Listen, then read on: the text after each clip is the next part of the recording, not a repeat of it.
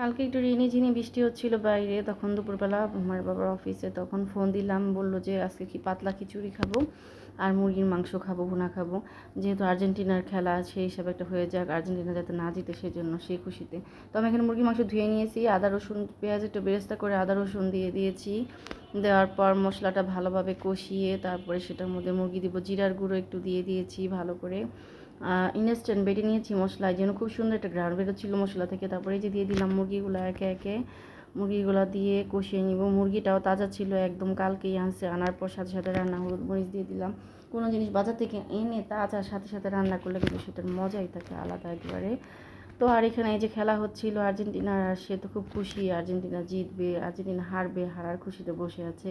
আর এখানে আমি চিকেন রান্না করতেছিলাম, চিকেনটা ভালো করে কষিয়ে যে পানি দিয়ে নিলাম, খুব খেতেও টেস্ট হয়েছিল। এখানে আমি মুগ ডাল ভেজে নিয়েছি পাতলা খিচুড়ি করার জন্য, পোলার চাল দিয়ে আজকে পাতলা খিচুড়ি করব, সাদা খিচুড়ি রান্না করব। খিচুড়িটাও সেই মজা হয়েছিল। এখানে আমি কাঁচামরিচ দিয়ে দিচ্ছি মুরগির মাঝে, আবার কাঁচামরিচ দেওয়া হলে এখানে এখানে চাল ডাল ভাজা হয়ে গেছে, ডালটা একটু ঠান্ডা করে মুসুর ডালের সাথে মিলা নিয়েছি। এখানে আমি ধুন্দুল আর পটল নিয়েছি সবজি হিসাবে, সেটা আলাদা ভেজে নিব। পোলার চাল মিশাচ্ছি, অল্প একটু পোলার চাল নিয়েছি আর ডাল বেশি নিয়েছি।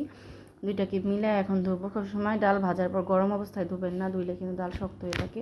ঠান্ডা হয়েছে মুগ ডালটা, তারপর আমি এগুলোর সাথে মিলিয়ে ধুইছি। এই যে এখানে সবজি ভেজে নিচ্ছি, সবজি ভাজার পরে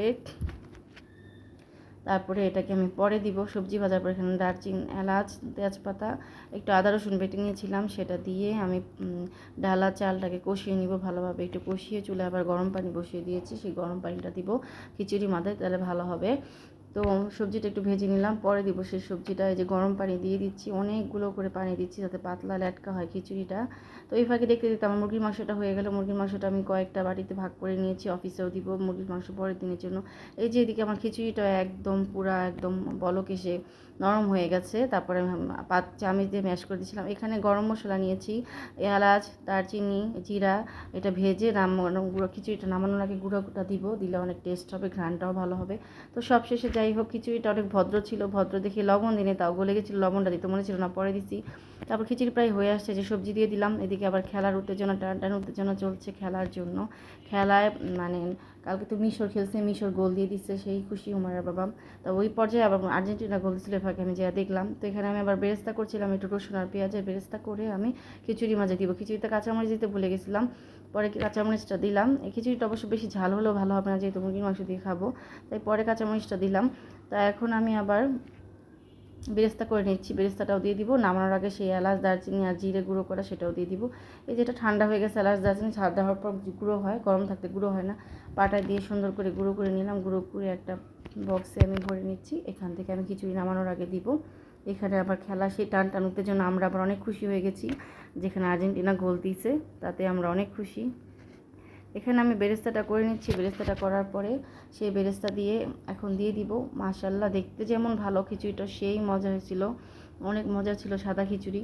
আমি ফেসবুকে অনেক দেখছি, ফেসবুকে ইউটিউবে দেখার পর আমার ইচ্ছা হয়েছে খাওয়ার। মানে আমি এরকম ডিফারেন্ট কিছু করবো, সবসময় তো হলুদ কিছু খাই, হলুদ খিচুড়ি খাই আমরা।